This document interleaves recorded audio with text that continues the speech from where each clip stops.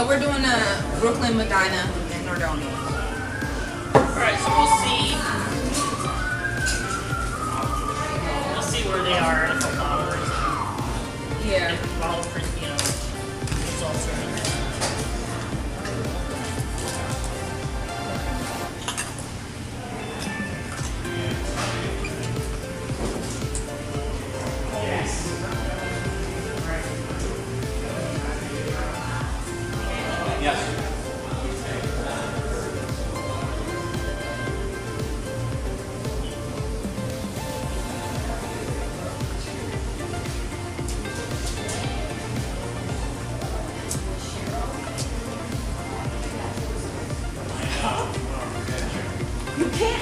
Here we go. Sorry about that. You get the anger, Shirley. What? She doesn't like you directly from the set, Laura. Oh, she's mad at me. I love doing that.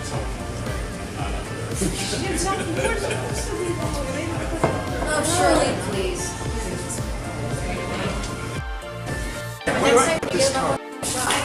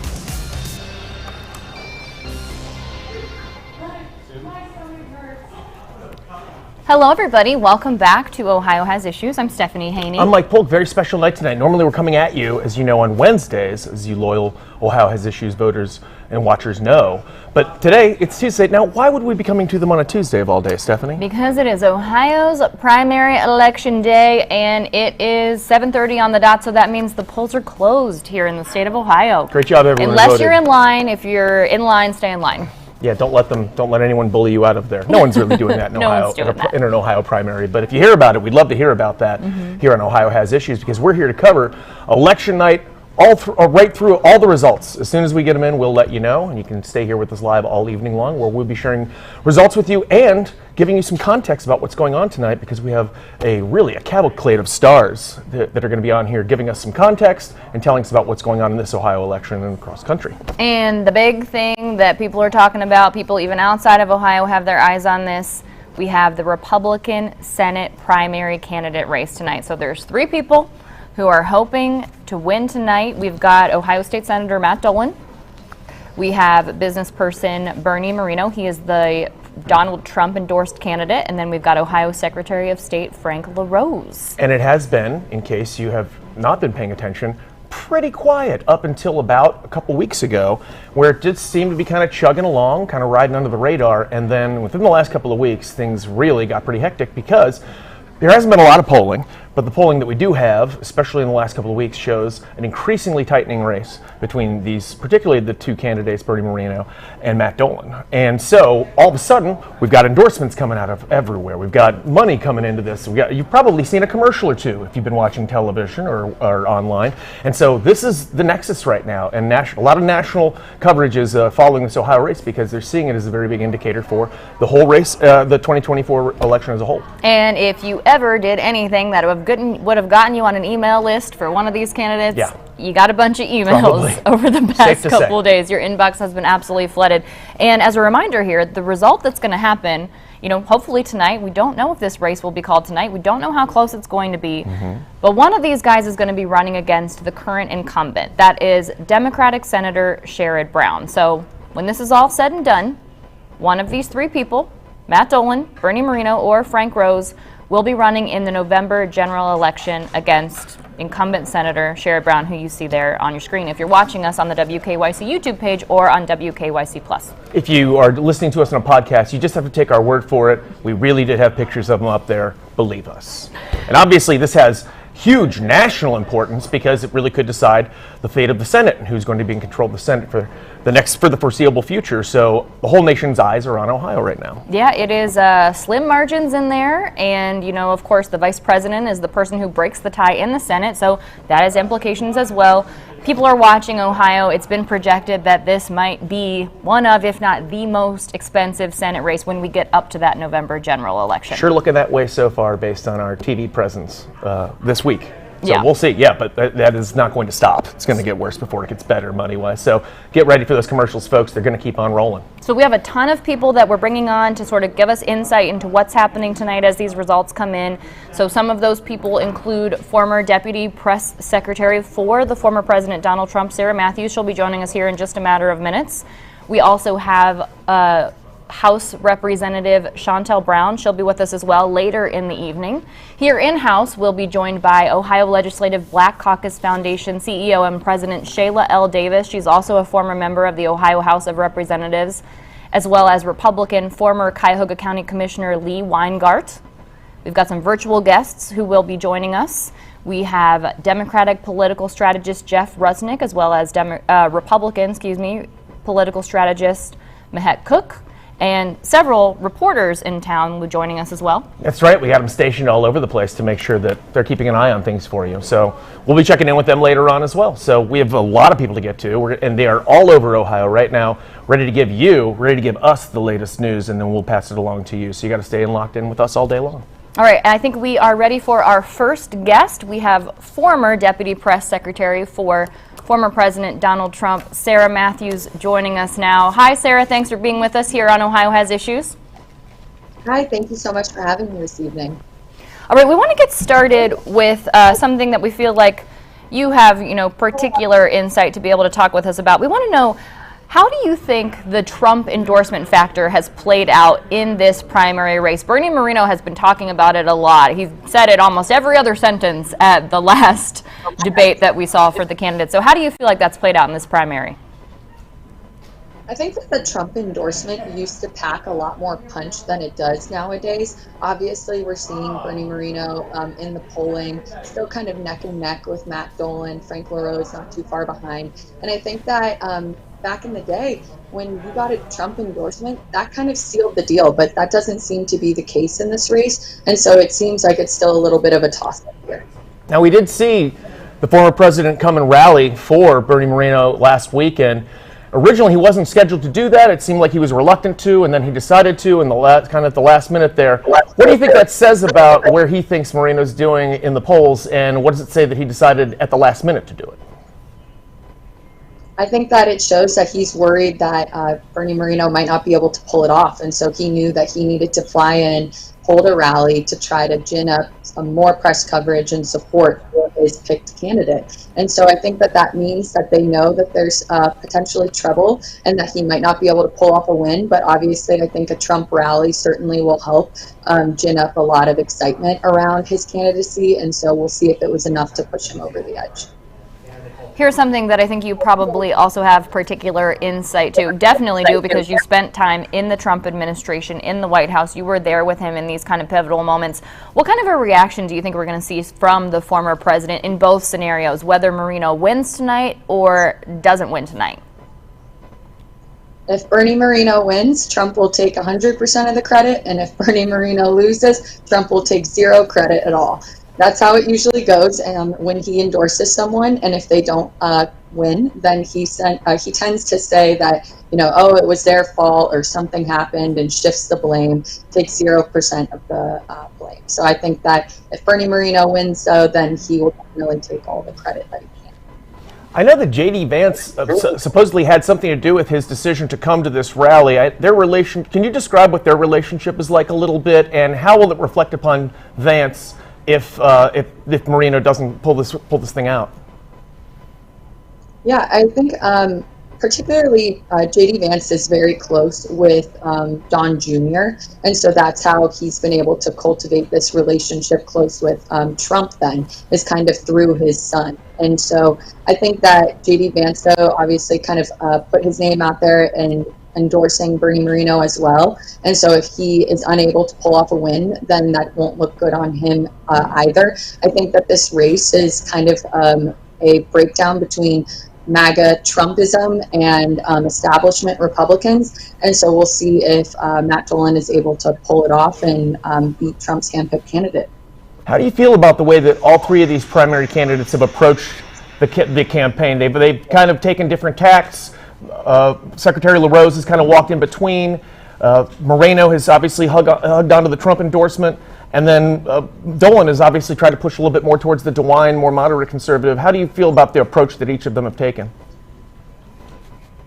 I think that for Bernie Moreno, it makes perfect sense that he had the best chance at securing the Trump endorsement, for him to tout that everywhere and as much as he can. Obviously, he has the lowest name ID, I think, coming into this.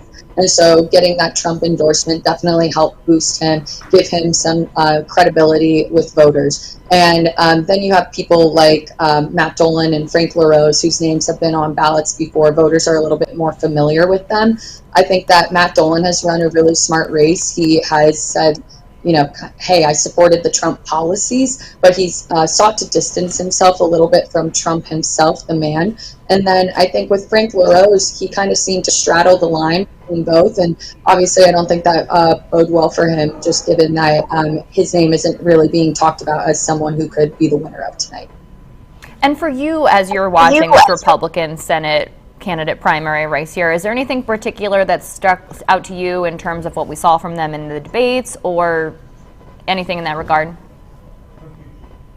I think that honestly, I think the biggest thing that we are seeing on display in this primary right now, like I mentioned earlier, is kind of this difference between the Republican Party of Republicans who are all with Trump and Trumpism and MAGA, and Republicans who maybe want to take a new direction. And that's why you saw Matt Dolan receive the endorsements of establishment Republicans like Governor DeWine and former Senator Rob Portman. And I think that that helped boost him with those types of voters who maybe aren't excited about Trump's candidacy, aren't excited about Trump being on the ballot again in 2024. And so he seems to appeal to those types. But obviously, Trump still does have such a strong hold on the base of the Republican Party. And so someone like Bernie Moreno is smart to kind of cling to Trump and try to ride his coattails. Do you have a preferred candidate in this race, if you don't mind me asking? And who do you think the best candidate would be for Republicans as a whole nationally to actually win this primary? So my picked candidate would be Matt Dolan. I think he's shown to be a principled conservative and has run a really smart campaign. And also, if Republicans are worried about taking back the Senate and flipping this Senate seat red, then I think that Matt Dolan would be the best person to put up against Sherrod Brown. Look, we've seen in polling that in a recent poll, it showed that Matt Dolan beats Sherrod Brown by 2 points. Bernie Moreno loses to Sherrod Brown by 4 points. And that's why Chuck Schumer poured millions of dollars into this race to boost Bernie Moreno's candidacy, because Democrats want to run against Bernie Moreno. They're excited about that because then they think that Sherrod Brown will hold on to that seat. Whereas a candidate like a Matt Dolan could be a disruptor and actually have a chance at beating Sherrod Brown, who is a very experienced and great candidate. And Sarah, let me ask you this. How do you feel about the Republican Senate candidate field and what they've said in terms of their messaging on abortion and potential federal ban on abortion? How do you feel like that tracks with what we saw from voters in November when the constitutional amendment was passed here in Ohio to guarantee abortion access? Yeah, I think we've seen from a lot of these Republican candidates that they have seemed to go for a more moderate message on abortion, and kind of after we saw the results in 2022, then they know that they need to kind of walk it back a bit. And I think that that's in line with where a lot of Ohioans are at, and so it's a smart play. A lot of them have been touting 15-week ban, and that seems to be in line with, I think, where most Americans are at. We hate to interrupt this with breaking news, Ms. Matthews, but we do have something that's probably going to shock all of our viewers. It has been officially called by NBC and the AP that Biden and Trump have won the Ohio primary. So it looks like those are going to be your candidates, folks. You heard it here. Look at that. There we go. There it is. You were here with us, Sarah Matthews, when it happened. So there we go. Current President Joe Biden has won his Democratic primary in Ohio, and former President Donald Trump has officially won the Republican primary. This was the day when Biden would have been able to clinch based on the number of candidates that he needed, electors that they needed for the national convention in order to make it official. This does bring up a good question, though, Sarah, and we'll let you go after this. This was a foregone conclusion, it seemed like, for the most part. How do you think that affected the turnout for the Trump voters who already saw this as he's already got this made, so why am I going to go in and vote? Do you think that's going to have any effect on the voting? Yeah, I do think that a lot of people already saw that he's going to be the Republican nominee no matter what, and no one else in the race, everyone else has dropped out, and so maybe there aren't some folks, going and voting in this primary. But I will say that those that are with Trump, the base, are energized to go out and vote for him, and so I think that that's where you're getting people still turning out and showing up to show their support for him. All right, Sarah, thank you very much for being with us. We appreciate it. We're going to check back with you in a little bit tonight. Maybe we'll have some results by then on what's happening in this Senate race. Maybe we won't, but we'll check back in a little later tonight. Thank you so much. Thanks, Sarah. All right, that was Sarah Matthews. She was the former deputy press secretary. She was at the White House on January 6th during the insurrection. She was actually the second person from the Trump administration to resign after that happened. By the way, I also have a full conversation with her on the WKYC YouTube page that kind of gave us an inside look on what that was like. So feel free to check that out. Totally worth a watch. Also, not as important, but should be mentioned, fellow Golden State, Kent State Flash. She was also a Kent Stater. Go Lady Flashes, beat Notre Dame and in the tournament. So that's right, that Maction. Some action. Northeast Ohio native. Now I want to talk about something that we were talking about earlier today. We have got a video we're going to play for you here in just a second, but today is primary election day, and people know and understand that the first results we see on an election day, they come from the mail-in ballots, but a lot of people don't understand why that is. Why do we see those numbers first on an election night? So we've got a clip we're going to play for you now where we verified today exactly why that is. On election day in Ohio, the first results we see come from vote by mail ballots. Okay, so after this, we'll take a break. So today, we're verifying the answer to this common question. Are vote by mail ballots counted before election day in Ohio? To answer this question, we looked at the section of the Ohio Revised Code dealing with counting absent voters' ballots and talked with Cuyahoga County Board of Elections Community Outreach Department Manager Mike West. The relevant section of the Ohio Revised Code reads in part, the Board of Elections shall process absent voters' ballots before the time for counting those ballots, but the board shall not tabulate or count the votes on those ballots before that time. To clarify what it means to process vote-by-mail ballots, we checked in with Cuyahoga County Board of Elections Community Outreach Department Manager Mike West, who told us this.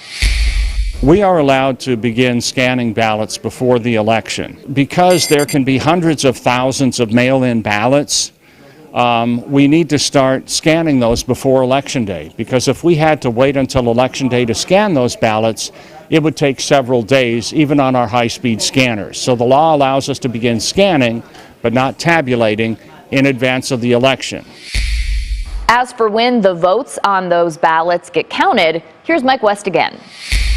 We tabulate them when the polls close at 7:30 on election night. That's why if you're looking for the results on our website, the first election results you'll see come from the absentee ballots. So we can verify the answer to the question, are vote-by-mail ballots counted before Election Day in Ohio, is no. They're not counted until the moment the polls close everywhere across the state.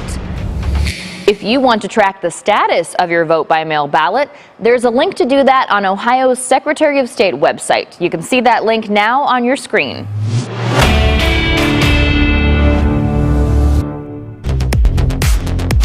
Things to count on from us here at Ohio Has Issues. Well, we'll be bringing you election results all night long and valuable information like that and insight from some great guests. Who do we have coming up? Yes, our next guest who will be joining us here in just a moment is the Ohio Legislative Black Caucus Foundation President and CEO Shayla L. Davis. She's also a former Ohio House Representative here in the great state of Ohio. She's hanging out in her green room right now, and you guys are going to get to hang out with her soon. If you'll stay tuned to Ohio Has Issues, we'll be back very soon.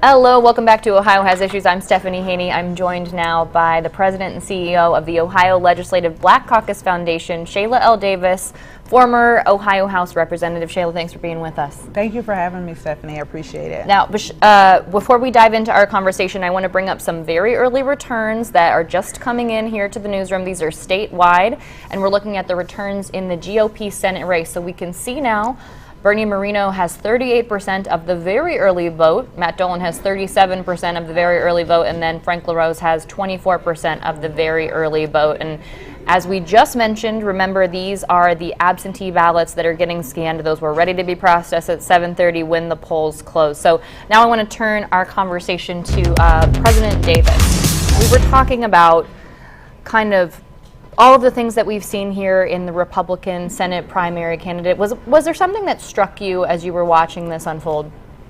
To be honest, no. I mean, as I said the last time I spoke with you guys, it's pretty predictable. They're all kind of saying the same thing. I kind of expect the results to be exactly what they are tonight.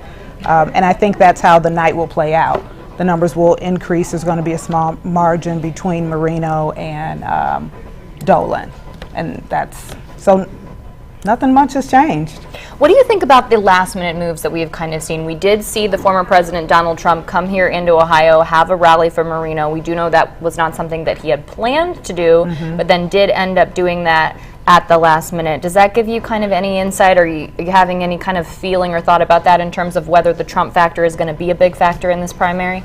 I absolutely think it's going to be a big factor, but not only in this primary, just across the country in the November election. I have great fear. I mean, obviously, I am not a supporter of the Trump factor, and so it's pretty scary, and it's unfortunate that Moreno is in the lead. But because there's propaganda and there is a Trump factor, that is why he probably is in the lead. And when we look at what we're seeing now, you know, if Moreno does win, which seems to be what your prediction is for the night. I don't want to put words into your mouth. Is that kind of what you're thinking? That's kind of what I'm thinking, yeah. If that happens, how do you think that's going to play into the Democratic strategy for Sherrod Brown, the incumbent, when it comes to a general election here in November for that Senate seat? I think, again, it goes back to what we talked about several weeks ago. Sherrod Brown is going to have to continue to show up and talk about the work that, for working Ohioans, right? And the great things that he's done as he's continued to hold that seat and how he's elevated our great state. There isn't much to shift. It's just, unfortunately, making sure that facts are being told and facts are being shown as opposed to the propaganda, because to me, that's what the Trump factor is, propaganda.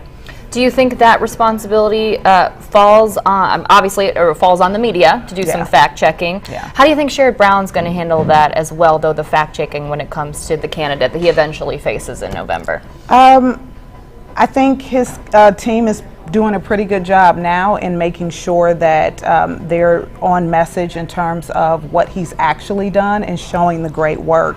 So I think he doesn't necessarily have to denounce what Moreno is doing, because that's who I'm predicting is going to win, but he really just has to talk about what he's been doing and how he has been here for working Ohioans. And as long as he does that, I think we will be good. It'll be interesting to see in the end how much of a margin there is between Dolan and Moreno, but I think Sherrod is good. There are lots of Ohioans who are tired of the propaganda, but obviously there are lots who are into that across the nation, and that's the unfortunate part.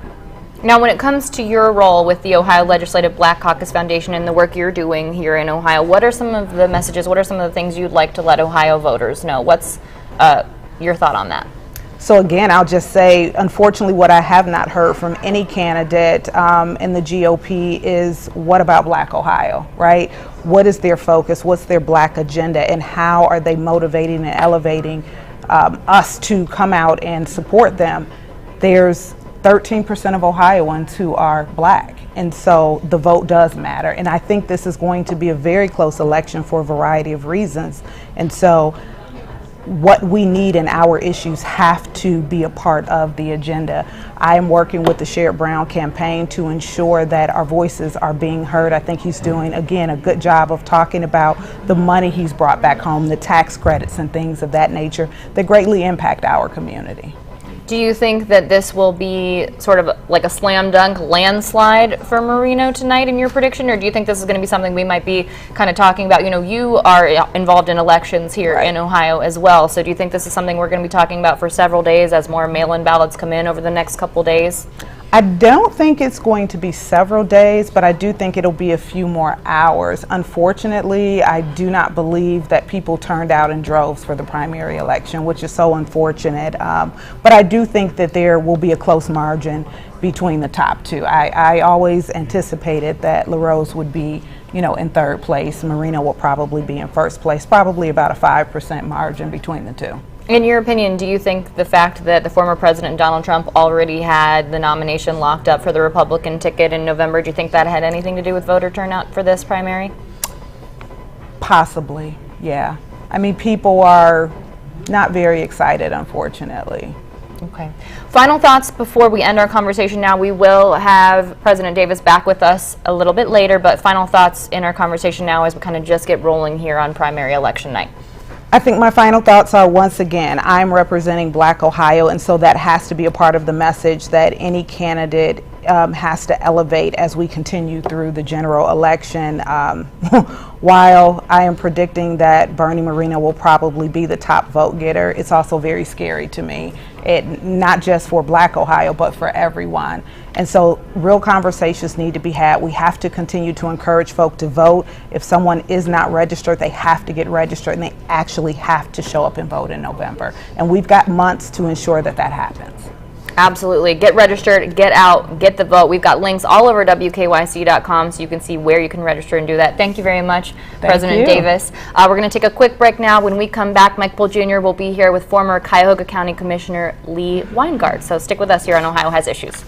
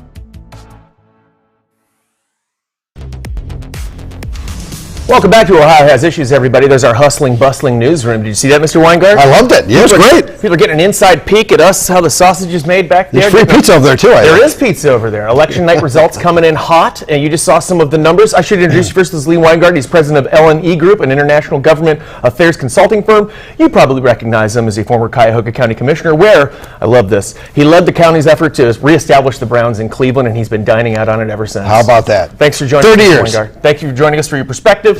You just saw those numbers. We had a little discussion in the green room. Do you see anything coming from those? What do you draw from those early numbers? So I think to be successful, Matt Dolan needed to have a really good early vote turnout. Okay. Because Bernie, because he's been endorsed by Trump, is going to get, I think, will have a big advantage in the day of election votes today. So, Bernie's holding his own right now. Now, why is that? Why does he have an advantage day of as opposed to? Well, Trump voters tend to be suspicious of early voting. They don't vote early. Right. And so they like to vote on election day. And so I think you'll see probably the Trump voters who came out today, will support Bernie, over the other two candidates. They're all winning some counties. Frank is winning some counties down on the river, adjacent to West Virginia. Bernie's winning counties that are kind of on the east and west sides of Ohio. Matt's winning counties in the middle. But as of right now, Bernie's ahead in the early votes. And I think that bodes well for him probably overall tonight. You've been around. You've obviously seen your share of these contests. That obviously triggered something in you when you saw that early number. Coming into this, before you saw those numbers, did you have a feeling about who was going to pull this thing out? Well, the last poll had Bernie up by 9 points. Now, when you factored in the undecideds, it was closer. It was 4 points. But, the overwhelming tide here, I think, is the Trump endorsement. Certainly it carried J.D. Vance, to the finish line 2 years ago. Bernie has that. He's got the Club for Growth. He's had money from both those things.